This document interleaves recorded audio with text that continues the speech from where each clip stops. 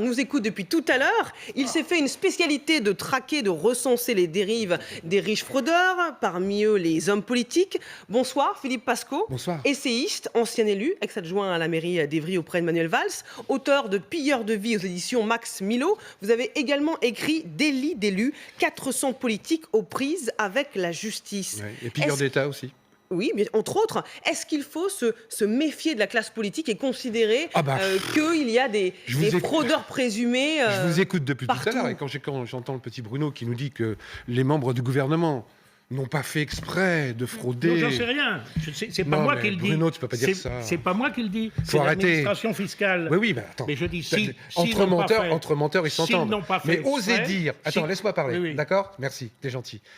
Osez dire que des types à ce niveau-là, je dis bien à ce niveau-là, ont fait une pauvre erreur fiscale dans leur déclaration de revenus, alors qu'ils ont plein de gens autour d'eux pour faire leur papier, parce que m'en voulez pas, je les ai connus. Donc c'est pas le petit salarié qui arrive pas à remplir son revenu, etc. C'est des gens qui ont des assistants, qui ont des comptables. Et on ose dire que dans les 61% qui ont eu un redressement fiscal, ces pauvres gens ont fait une petite erreur. Mais aujourd'hui, on a chargé de les défendre. c'est ce que tu as fait. C'est ce que tu as fait. Et quand vous disiez tout à l'heure qu'il y a une nouvelle brigade qui va être nommée, c'est ce que Bercy a annoncé. Oui, c'est ce qu'ils ont annoncé. Mais les annonces de Bercy depuis maintenant 40 ans pour lutter contre la fraude fiscale, mais qu'est-ce qu'on en entend? Et c'est pas 40 personnes. Tais-toi. C'est pas 40 personnes. Non, mais je l'adore. Bon, vous le connaissez, ok. Je l'adore. On ne se connaît pas. Non, vous ne connaissez pas? Ça doit être ça, on ouais. se connaît pas. Mais 40 personnes, c'est pas 40 personnes, c'est pas 40 personnes, c'est 25 personnes pour l'instant. Et ils ont même pas tous un ordinateur pour travailler. Les 15 autres vont arriver derrière. Et quand on dit tout à l'heure qu'on a complètement arrêté le verrou de Bercy, excusez-moi, madame, c'est du baratin. Oui. Comme tout ce que raconte en ce moment une certaine catégorie de gouvernants, c'est du baratin parce qu'on n'a pas arrêté le verrou de Bercy. On a transféré la compétence sur le parquet. Laissez-moi finir. On a transféré la compétence sur le parquet. Or, qui nomme le parquet, chère madame? Dites-moi. Et Marie-Christine Verdet-Jouclas vous répond. Je vous réponds que on a fait sauter le verrou de Bercy. On a fait sauter. Mais non, madame, employez les bons mots. Vous avez Bah, amélioré. Laissez dans la mesure où aujourd'hui, on ne va pas uniquement chercher l'argent, effectivement, là où les personnes ont fraudé, c'est qu'on va chercher l'argent et ensuite on permet d'avoir une instruction judiciaire et plus que ça même, c'est-à-dire qu'on établit la liste, puisque ça sera une liste ouverte, pour c'est incompréhensible pour les téléspectateurs. Pas en même temps, avant Bercy. Pardonnez-moi, je pas de... c'est pas le Non, moment. mais je vous vous savez, permets pas de c'est pas le point de presse de la République en marche, madame. Ou alors c'est pas un débat. Donc en fait, c'est clairement aller chercher l'argent où il est par rapport à quelqu'un qui fraude. C'est-à-dire on fait exactement les mêmes contrôles pour pouvoir aller récupérer l'argent qui dans on parle pas de ça, madame. Arrêtez de débat des bisounours. Et ensuite... Mais enfin, mais c'est pas possible, vous êtes infernal. On comprend pas. Mais laissez-moi finir au moins. Mais ça fait 2 fois que j'ai fait un plateau télé avec vous, ça fait 2 fois que vous avez la même attitude. Essayez d'être compréhensible. Je comprends rien ce que vous dites. Le verrou de Bercy, c'est quoi, madame? Le verrou de Bercy, c'est des gens qui décident, oui ou non, si on va faire des poursuites. Et en plus, non seulement vous n'avez pas fait sauter le verrou de Bercy, vous l'améliorez, mais en plus, vous avez favorisé ce qu'on appelle la convention juridique d'intérêt public. C'est-à-dire que vous avez donné aussi un quitus pour que des gens puissent se déculpabiliser avec de l'argent. Et on a un grand exemple dont personne n'a parlé, parce que Barre, aujourd'hui, on en a parlé beaucoup, qui est une affaire qui est finie. Il y a quand même quelqu'un qui a payé... Non, c'est 7 millions. Et il a payé 1 million d'amende. Mais il y a un type là qui vient de payer... Non, écoute-moi. Il y a quelqu'un qui vient de payer 30 millions d'amende. Personne n'en parle. Uniquement pour être déculpabilisé.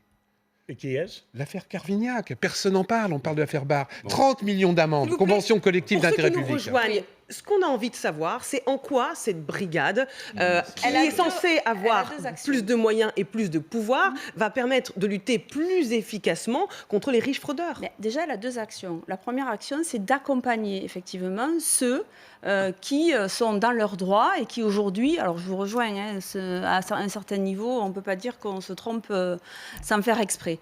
La deuxième action, c'est effectivement de ne s'occuper que de ça. Aujourd'hui, enfin, cette police fiscale, c'est nous qui avons voulu la créer. C'est-à-dire qu'au départ, ça devait être effectivement les mêmes personnes qui aujourd'hui œuvraient contre la fraude fiscale, qui devaient continuer ça. Nous, on a voulu créer une police spécifique pour que ce soit plus efficace. Vous l'avez dit vous-même en début d'entretien. perquisition, garde à vue, écoute téléphonique, filature. Bon, aujourd'hui, ça se fait pas à Bercy. C'est pas Frédéric Lefebvre qui n'a pas encore parlé sur ce plateau sur ce sujet. Je pense qu'il faut mettre tout ça en perspective. C'est évident que depuis un certain nombre d'années, il y a des évolutions. Il y a un parquet maintenant financier. Et il y a la volonté dans ce dispositif, je ne dis pas que tout est complètement révolutionnaire et qu'on n'est pas en train de mettre en place un système sur des ruines où... Non, bien sûr qu'il existe déjà un certain nombre de dispositions, qu'il existe déjà une douane, qu'il existe déjà une brigade financière, mais le dispositif vise à coordonner, augmenter les dispositifs, permettre la fluidité entre les différentes administrations, en l'occurrence l'administration fiscale d'un côté, la police judiciaire de l'autre, la justice de l'autre. Donc, c'est évidemment un progrès pour essayer d'obtenir plus de... Mais bien sûr, c'est évidemment un progrès pour essayer d'obtenir plus de résultats. Est-ce qu'on peut laisser les gens finir leurs phrases dans ce plateau? C'est important que ce soit audible pour tout le monde et après, vous réagissez. Il y a un point sur lequel il faut être très vigilant. Et je pense que les parlementaires doivent être très vigilants sur ce point. C'est que, évidemment, ce dispositif dans lequel on autorise les écoutes, tout un tas de moyens qui sont des moyens qu'on utilise contre le grand banditisme. Attention à la limite qu'on va utiliser dans la personne que l'on vise. Où est-ce qu'on va déterminer que quelqu'un est un très grand fraudeur? Où est-ce qu'on va déterminer que quelqu'un... Un seuil. Non, mais c'est de 100 000 €, paraît-il. Mais voilà, mais justement, c'est tout ça qui va être très important. Parce que notre devoir aussi, c'est de veiller à protéger les libertés publiques des citoyens. Eh bien, c'est mal parti, j'aimerais vous dire. Mais c'est ce qui vous inquiète, les Français qui nous regardent se disent tant mieux si on a le courage de lutter contre les délinquants. Mais c'est ce que je suis en train de dire. Je ne suis pas en train de dire l'inverse. Je dis simplement bravo, c'est très bien, on renforce le dispositif. J'ai bien détaillé l'administration fiscale, la police judiciaire, la justice. Mais en même temps, attention à la dimension de protection des libertés des citoyens. Je dis ça parce que je connais bien le système de l'IRS aux États-Unis, qui est le système d'une forme de police fiscale aux États-Unis. Allez, François Calfon. C'est très bien de faire des annonces un peu façon western, mais la vérité, c'est que les sommes recouvrées l'an dernier ont été moindres que celles de l'année précédente. Donc, c'est la raison pour laquelle il y a la volonté de renforcer. Je vais lever le doigt sur ce plateau parce que ça devient très difficile. Bon, ça, c'est la première chose. La deuxième chose, je vais aller dans le sens de M. Lefebvre de la charité. Bon, alors, on va faire une pause syndicale, mais les gens ne sont pas là pour nous attendre. Chacun prend la parole. Bon. Le point, il est tout simple. C'est que, me semble-t-il, du coup j'en ai perdu un tout petit peu mon fil. La réponse du berger à la bergère. Me semble-t-il que et ça m'est revenu, monsieur Lefebvre a raison quand même, c'est pas simplement la question du recouvrement. Il est précisé un moment dans le texte, pas dans les éléments de langage de La République En Marche, mais dans les informations qu'on a vues dans les Échos, que ce soit sous le contrôle du juge. Oui, tout à fait. Mais le problème, on le sait très bien, il ne faut pas être trop naïf, il y a un bureau des enquêtes fiscales qui est rattaché au ministre du Budget, en l'occurrence monsieur Darmanin, mais avant monsieur Charras, quand vous ne faisiez pas encore de politique. Et il se trouve que dans ce pays, le pouvoir politique aime à utiliser finalement les services fiscaux pour cibler telle et telle personne. Donc c'est bien. Donc c'est bien parce qu'il y a une brigade financière et un parquet national financier qui existe. Je suis d'accord avec monsieur Lefebvre qu'on puisse détourer et avoir les garanties de liberté publique nécessaires sur cette police. Alors en même temps, à 25, ils ne vont pas faire grand-chose. C'est là que c'est de la com, parce qu'il serait bon que ce soit sur commission rogatoire des juges et non pas à la discrétion du ministre. Est-ce qu'on ne pourrait pas avoir un système fiscal plus simple, plus clair, puisque soi-disant on a maintenant le prélèvement à la source, etc., qu'il y ait une ressource... Voilà, qu'il y ait une ressource qui soit taxée à un taux déterminé. Vous pensez que la fraude, elle est due à un manque de clarté uniquement ? Est-ce que vous avez essayé de lire le Code général des impôts ? Excusez-moi, j'ai fait... Non, je n'aime... Non, c'est un mal nécessaire, Mais encore faut-il qu'il soit simple, qu'il soit clair et qu'il n'y ait pas de menace sur les libertés publiques. Vous parlez, monsieur Lefebvre, des libertés publiques. C'est d'entendre parler de liberté publique pour défendre une certaine catégorie d'individus. Et je remarque quand même... Attends, laisse-moi finir, s'il te plaît. Par contre, je remarque que pour ce qui est tout de la fraude sociale, là, il y a vachement moins de problèmes pour juguler les libertés. Il y a même une loi qui est passée il n'y a pas longtemps, et je l'ai mis dans un de mes livres, où il y a un amendement qui a été déposé qui a été déposé pour surveiller les conversations téléphoniques des gens qui étaient au RSA. Au cas où. Là, il y a des endroits où si jamais vous touchez le RSA... qu'il n'a pas été voté quand même. Non, il n'a pas été voté celui-là. Mais par contre, il y en a un autre qui a été voté, Frédéric. Mais le simple fait de le poser, là, n'a pas posé de problème par rapport aux libertés individuelles. Mais Philippe Pascaud, moi je me pose quand même une question. Ouais. Est-ce que vous nous dites que l'État, que le gouvernement est toujours plus bienveillant, plus tolérant envers les riches fraudeurs? Non seulement je le dis, mais je l'affirme et je l'écris. Mais pas du tout. Et je le prouve. Et je le prouve. Je n'ai pas démagogique. Je ne dis rien sans être factuel. Je le prouve.